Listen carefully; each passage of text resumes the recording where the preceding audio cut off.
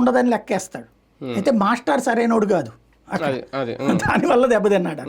Paper దిద్దేవాళ్ళు Sarainodu కాదు. కానీ అంటే లెక్కలు చూసుకుంటే ఆయన చూపించిన పవర్ పాయింట్ ప్రజెంటేషన్ కానీ, సంక్షేమానికి సంబంధించి చూపిన లెక్కల పవర్ పాయింట్ ప్రజెంటేషన్, సామాజిక వర్గాల లెక్కలు, ఇమీడియట్గా బీసీలకి సీట్లు, ఇవన్నీ చూస్తే బాబు గారి కన్నా చాలా పెద్ద కసరత్తు చేసేస్తున్నారు. ఆయన దగ్గర కన్నా చాలా పెద్ద లెక్కలు ఉన్నాయి ఈయన దగ్గర అనుకున్నారు. కానీ అవన్నీ బెడ్స్ కొట్టేసినాయి. అంటే ఇక్కడ బాబు గారి లెక్క కరెక్ట్ అయిందని చెప్పాలి ఒక రకంగా, ఆయన విన్ అయ్యారు కాబట్టి.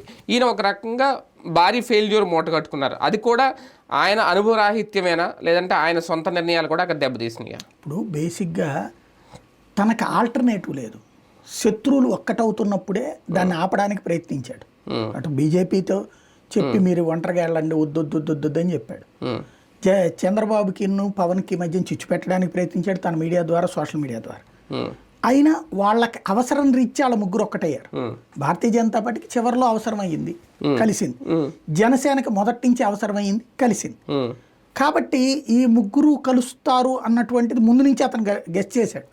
మీరు చూడండి, వాళ్ళ మధ్యలో ఎంత ఒకళ్ళకొకళ్ళు వ్యతిరేకించుకున్నా ఆ ముగ్గురు ఒకటే, ఆ ముగ్గురు అంటూనే అన్నారు. జాతీయ పార్టీ బీజేపీ కూడా మనకు దూరంగా ఉందన్నారు, కాబట్టి అతను ప్రిపేర్డ్గానే ఉన్నాడు. దానికి ఆల్టర్నేటివ్ ఇతని దగ్గర లేదు.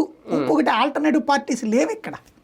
ఇప్పుడు అతను పవన్ కళ్యాణ్తో పొత్తు పెట్టుకోలేడు, భారతీయ జనతా పార్టీతో పొత్తు పెట్టుకోలేడు. పవన్ కళ్యాణ్తో అదే ఇద్దరికి అంటే పెట్టుకుంటాడేం ఫ్యూచర్ లో. 2014 అప్పుడు సిపిఎంతో ఖమ్మంలో పెట్టుకోలేదు పొత్తు కావాలనుకుంటే.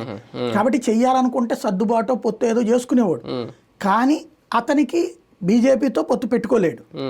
అతనికి ఉన్న ఆ రిలీజియన్